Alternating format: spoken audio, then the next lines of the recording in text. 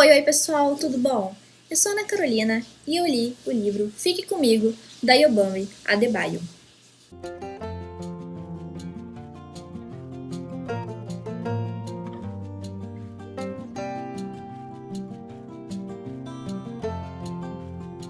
Ainda que o sono não venha, todas as noites fecho os olhos e fragmentos da vida que deixei para trás voltam. Vejo as fronhas com estampa de batik em nosso quarto, nossos vizinhos e sua família, que por um período de insensato achei que também era minha. Eu vejo você. Esta noite, vejo a abajur que você me deu algumas semanas depois que nos casamos. Eu não conseguia dormir no escuro, e você tinha pesadelo se deixássemos as lâmpadas fluorescentes acesas. Aquele abajur foi uma concessão. Você o comprou sem me dizer que tinha encontrado uma solução, sem me perguntar se eu queria um abajur. E enquanto eu acariciava a base de bronze e admirava os painéis de vidro que formavam a cúpula, me perguntou o que eu levaria comigo se nossa casa estivesse pegando fogo. Eu não pensei antes de dizer nosso bebê, mesmo que ainda não tivéssemos filhos. O que você disse? Não quem. Mas pareceu um pouco magoado com o fato de, ao pensar que se tratava de uma pessoa, eu não ter considerado salvá-lo. Eu me forço a sair da cama e tiro a camisola. Não vou desperdiçar nem mais um minuto. As perguntas que você precisa responder, aquelas que sufoquei por mais de uma década. Apresso meus passos enquanto pego a bolsa e vou para a sala de estar. Há 17 malas, prontas para serem colocadas no carro. Olho para elas, lembrando-me do conteúdo de cada uma. Se essa casa estivesse pegando fogo, o que eu levaria? Preciso pensar a respeito, porque a primeira coisa que me vem à mente é nada. Escolho a pequena mala que planejei levar comigo para o funeral, e uma bolsa de couro cheia de joias de ouro. Musa pode levar o resto da bagagem para mim em uma outra ocasião. É isto, então. 15 anos aqui, e embora minha casa não esteja pegando fogo, tudo que eu vou levar comigo é uma sacola de ouro e uma muda de roupa. As coisas que importam estão dentro de mim, encerradas em meu peito como um túmulo, onde permanecerão para sempre meu baú de tesouros sepultados. Nós temos aqui um celebrado romance de estreia de uma jovem escritora nigeriana, precisamente nascida em Lagos. Esse livro foi publicado originalmente em 2017 e logo que foi publicado foi um boom mundial. E ao ler a gente entende exatamente o porquê disso tudo. É um livro extremamente dilacerador, impactante. Você sai assim, sabe, anestesiado. É uma coisa... Você não consegue parar de ler o livro. É como se estivesse lendo um thriller, que você sempre quer saber o que mais e mais, o que está acontecendo. A sensação é essa. Não pelo enredo, mas pelo que você quer. Você está sempre folheando o livro. Eu acho que pelo que fato ser capítulos curtos e tudo que acontece aqui, você está sempre querendo assim, não, mas não é possível que isso está acontecendo. E você quer saber mais. Então eu devorei esse livro em um dia. Tem 250 páginas e é uma leitura extremamente fluida. Se eu fosse resumir esse livro em algumas palavras, eu vou usar as próprias palavras da Yobami Adebayo. Às vezes, o amor não é o bastante. Nós temos aqui a história de um jovem casal, a Yejide e o Akin. Eles moram na comunidade Yorubá, na Nigéria. E eles se conheceram na faculdade, e a forma que eles se conheceram e se apaixonaram é muito bonita. E logo se conheceram e resolveram se casar. E logo na sinopse mesmo, início do livro, você descobre que após 4 anos de casamento, eles não tiveram filho ainda. E isso é tido como um grande problema para essa cultura. Uma coisa importante de ressaltar é que eles casaram em um consenso de ser um casamento monogâmico. Algo muito contrário ao que é incentivado e o que é valorizado nessa cultura, que é a poligamia. Ela é extremamente incentivada ao ponto de que a poligamia, ela é um sinônimo de procriação. Então, a questão de ter filhos nessa sociedade, uma mulher poder dar ao marido filhos, é extremamente importante. É como se o papel da mulher na sociedade fosse de procriação, sim. Então, eles já começam a ser contra a sociedade, né? Eles têm um casamento monogâmico, então isso é uma coisa que já abala aquela estrutura. Então, a gente pode ver que a Yejide, ela sim é uma mulher. Você pode falar que ela é uma mulher empoderada, que ela é uma mulher à frente do seu tempo, ela não leva desaforo para casa e ela tenta ditar um pouco as regras, sim. Então, tudo que acontece com ela nesse livro, você não pode nunca dizer que ela é uma mulher submissa. Acontece que uma mulher que, por mais que ela seja empoderada, ela seja estudada, ela trabalha, Então ela é muito diferente de outras pessoas ali, ela trabalha, ela não vive a custa do dinheiro do marido, como a gente vai ler durante a narrativa, isso é apontado. Então ela tem muito orgulho, ela é cabeleireira, e ela fala isso, que ela tem muita felicidade de poder ganhar o próprio dinheiro e não depender do marido. Então, ela é uma mulher assim. Então, isso choca aquela sociedade. Então, tudo que acontece com ela, a gente jamais pode apontar que ela é uma mulher submissa, mas ela tá tão presa naquelas amarras sociais, aquela pressão cultural, como que ela consegue escapar disso? Então, após 4 anos de casamento, sem ter tido filhos, eis que um belo dia eles estão na casa deles e surge a família dele com uma segunda esposa. Algo que eles combinaram que não ia acontecer, por mais que fosse algo incentivado. Só que nesse ponto, aquilo ali fala assim, não, mas você não teve filho, então essa segunda esposa ela vai trair mais filhos para vocês também, e tudo mais. Então, como se fosse querendo apresentar uma futura candidata. Só que naquela conversa toda, ela entende e ela descobre que ele já é casado com essa segunda esposa. Já tem uma segunda esposa.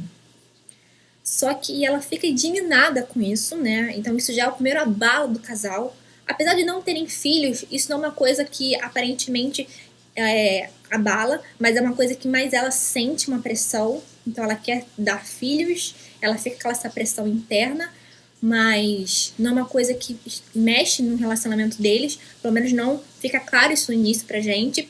Mas parece que o grande choque inicial é quando a família dele se intromete e surge com uma segunda esposa. A gente vai ler ao longo do livro que, por mais que ele também fosse contra ter a segunda esposa, ele aceita. Então é mais aquela história de um orgulho masculino, de uma sociedade sim patriarcal, uma sociedade machista. E então você vê muito isso. Então você não consegue ficar com pena dele, porque ele aceita. Ele não consegue se impor diante a família e recusar isso. Então, para não ter problemas, ele aceita. Só que isso é o pontapé inicial para o problema do casamento deles. Esse livro é extremamente dilacerador. Ele é muito... a história é toda entrelaçada, muito bem amarrada. E você tá com a sensação que tá lendo um thriller e você fica querendo ler mais, porque você, a cada virada de página, você não consegue entender quanto sofrimento aquela protagonista tá passando, e você vira e você quer entender o porquê, o que vai acontecer com ela. Esse livro é repleto de plot twist e são reviravoltas não tão boas assim, e você fica naquele anseio de que não, isso vai melhorar, então você quer folhear e quer entender o porquê.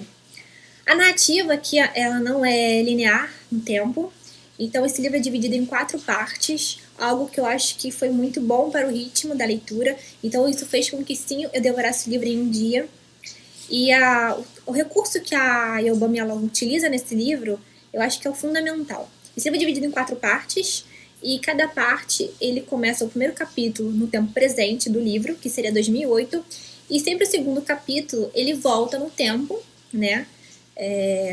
Que em torno de 1985. Depois, na segunda parte, temos 1992, 93, mais ou menos assim. Eu sei que depois do acontecimento do tempo passado, se passam 15 anos, e isso é tido logo na primeira página do livro, que tem 15 anos, que eles já estão separados. Então, aconteceram várias coisas ao longo do livro que fizeram com que eles se separassem durante 15 anos.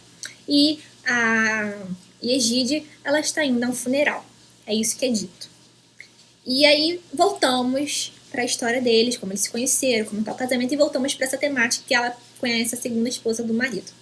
A sorte dela é que a segunda esposa, ela, pelo menos aparentemente, ela não quer morar com eles, ela aceita morar num apartamento separado, então tem coisas assim, só que não é bem assim que acontece o desenrolar da história. Nós temos aqui falando não só do papel da mulher nessa sociedade, que a mulher ela é conhecida como a mulher que tem filhos ou a mulher que não tem filhos. Então a questão de a mulher poder dar filhos ao marido nesse livro, nessa sociedade, é uma coisa crucial, né? E o contexto social, o contexto político, ele é extremamente tocado nesse livro. A parte política desse livro, muita gente pode achar que só dá pinceladas. E realmente só dá pinceladas. Acontece que a narrativa ela é introspectiva, o livro é narrado em primeira pessoa, e você consegue entender exatamente o que está na cabeça dos protagonistas, né? No caso, a história se passa mais na cabeça da Egide, por mais que os capítulos eles sejam intercalados tanto no o Akin quanto em Egide, nós temos mais capítulos narrados por ela. Então, nós conseguimos entender um pouco o que se passa na cabeça de ambos de acordo com os acontecimentos. E eu acho que acontece que muitas pessoas que eu vi falando que acham que não avançou muito na questão política, como promete muito no verso do livro, na orelha do livro, fala muito que a questão política é bem falada nesse livro. Acontece que é porque, como ela é introspectiva, você não vai falar tanto da política. O que aparece para eles da política é algo que escuta no rádio, algo que vê no noticiário, no jornal. E só que a política, sim, apesar de você falar, não, mas esse livro não está falando de questões políticas, ela vai mover muito a narrativa ali. Ela vai ser crucial, tanto quando eles se conhecem, tanto quando eles se separam. Então vão acontecer coisas, aquela sociedade é um golpe militar, então vão acontecer coisas ali, caos, que vão fazer com que esses acontecimentos sejam influenciados, né? Então ela conseguiu usar isso. Apesar de não focar tanto, de falar muito da história em si daquela época, a história política da época, mergulhar nisso, isso sim é um fato que afeta eles de forma bem direta. O que se percebe aqui é que muito do sofrimento é devido à falta de diálogo. Por essa questão do machismo na sociedade, do orgulho, muitos dos problemas, ele resolve tomar a decisão de não comunicar à esposa. Então, ele resolve, a família está sempre se intrometendo, a família dele principalmente. No caso, é só a família dele se intromete mesmo. E isso faz com que ele acabe tomando as decisões. Então, eu falei, ela é empoderada sim, ela revida algumas coisas, mas ele toma as coisas a escondido dela, eles não conversam nesse ponto, nesses problemas que afligem. E isso realmente ajuda muito no distanciamento deles como casal. Então, para essas mulheres, a única felicidade possível é ser mãe. Então, a sociedade ela oprime quem não é. Então, principalmente quando a família do marido surge com essa segunda esposa, a gente vê que a Egide, ela faz uma corrida contra o tempo para conseguir engravidar. Então, ela vai recorrer a coisas mais loucas possíveis, até a curandeiros, para conseguir dar um filho ao marido. Então, quando a Yobami ela resume o livro dizendo que às vezes o amor não é o bastante, a gente se questiona o que é o amor nesse livro, o que é o amor para Egide, o que é o amor para o Akin. Porque o que ele faz, ele acha que está fazendo um bem para o amor do casamento deles. E ela não vê isso como verdade. Então, a gente entende isso. Será que a questão do que é o amor é algo universal? Será que o que é amor para um é amor para um outro? Será que o conceito de amor para essa sociedade é o mesmo conceito que nós brasileiros temos sobre o amor, que uma outra cultura tem sobre o que era o amor? Então, esse é um questionamento muito forte no livro, além de falar da questão de maternidade, a questão de falar da cultura. Então, pessoas, leitores, né, que gostam de descobrir novas culturas, descobrir coisas, esses temas, por meio de livros, esse livro eu super recomendo. Você consegue ter muito contato com a cultura nigeriana por meio desse livro. Então, é uma narrativa muito boa. E não fique com um preconceito que possa vir a ter por causa do título do livro ou pelo enredo. Você lê o título Fique Comigo, você acha que é algo muito romântico. De certa forma mas não nesse ponto que você possa pensar. O Fique Comigo, às vezes, dá a ideia daqueles tipos de romance de época, alguma coisa mais, assim, bem romântico no sentido da palavra mesmo. Mas aqui o romântico que ele fala é uma coisa mais pro sentimento, uma coisa delicada. Esse Fique Comigo. Então, a possibilidade de significados que esse título dá, eu acho que tem tudo a ver com a dinâmica do livro. Cada virada, que acontece no livro, esse Fique Comigo, ele faz sentido. Então, parece que esse Fique Comigo, ele tem milhares de interpretações associadas a cada acontecimento do livro. Entende? É uma coisa assim que eu achei muito assim. Eu acho que não tem melhor título para esse livro. Eu não consigo nem imaginar outro título. Porque ele consegue ser simples e impactante. E é extremamente assim, sem palavras mesmo. Se você ler, você vai entender o que eu senti. Eu acho que o título, assim, ele resume o livro também. Outra coisa, o enredo, quando a pessoa lê, você pode também ficar com um outro preconceito, né? No sentido de que você vê uma história de que um jovem casal que vai falar sobre questões sociais, vai falar um pouco de questão do casamento, vai falar um pouco da questão da maternidade, e você vai achar que é uma coisa meio banal, uma coisa mais superficial. E não. A maneira que a escrita aqui acontece, o enredo desenrola aqui, é uma coisa extremamente reflexiva. Então você tem um choque sim com a cultura, você se sente incomodado muitas vezes do que acontece, você se sente angustiado com isso e você fica extremamente abalado por tanto sofrimento que a Egide passa ao longo do livro. Então você não fala assim, não é possível que isso seja possível de acontecer com uma pessoa só. Como é que a autora foi capaz de colocar tanto sofrimento na vida dela? Eu vi que muita gente foi incomodada com o desfecho do livro. Eu não vou dar spoiler, calma, não vou dar. Mas acontece que a gente vem vindo com uma narrativa pesada, impactante, que você vê tanto sofrimento na vida, você vê tanto sofrimento, mas você não consegue, apesar das coisas erradas que a Egide faz, né?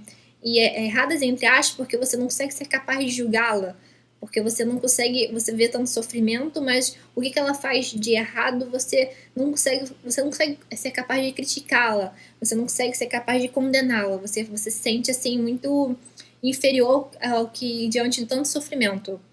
Então, quando chega o final do livro e o desfecho que a autora dá, muitos acharam que seja uma forçação de barra, né? É como se fosse um alívio para dar para protagonista. Só que você, dependendo da maneira que você enxerga, você pode gostar ou não desse ponto.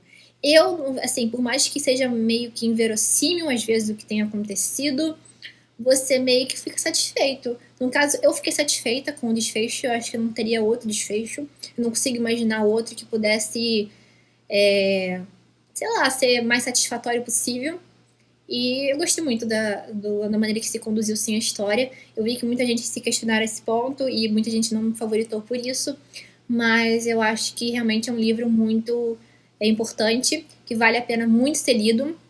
E assim, eu tô muito curiosa acho que ela não publicou mais nenhum outro livro, mas eu tenho muita curiosidade, sim, em ler outro livro dessa autora. Eu fiquei muito curiosa porque muitas pessoas falaram que é um livro que já estava na minha meta, na minha lista, que são As Alegrias da Maternidade, da Busti Mecheta, e dizem que lembra um pouco, porque aborda também a questão da maternidade e questões sociais e tudo mais. E é um livro realmente que está na minha lista em breve para ser lido, até mesmo para fazer um balanço com esse livro, para ser um complemento, para ser alguma coisa assim. Então, pessoal, essa minha discussão, são esses meus levantamentos. Deixe aqui nos comentários se vocês já leram, se têm vontade de ler esse livro, o que acharam das minhas considerações, se acharam que faltou algo. Eu tentei trazer aqui várias coisas, mas esse livro realmente é uma coisa que ele tem vários pontos.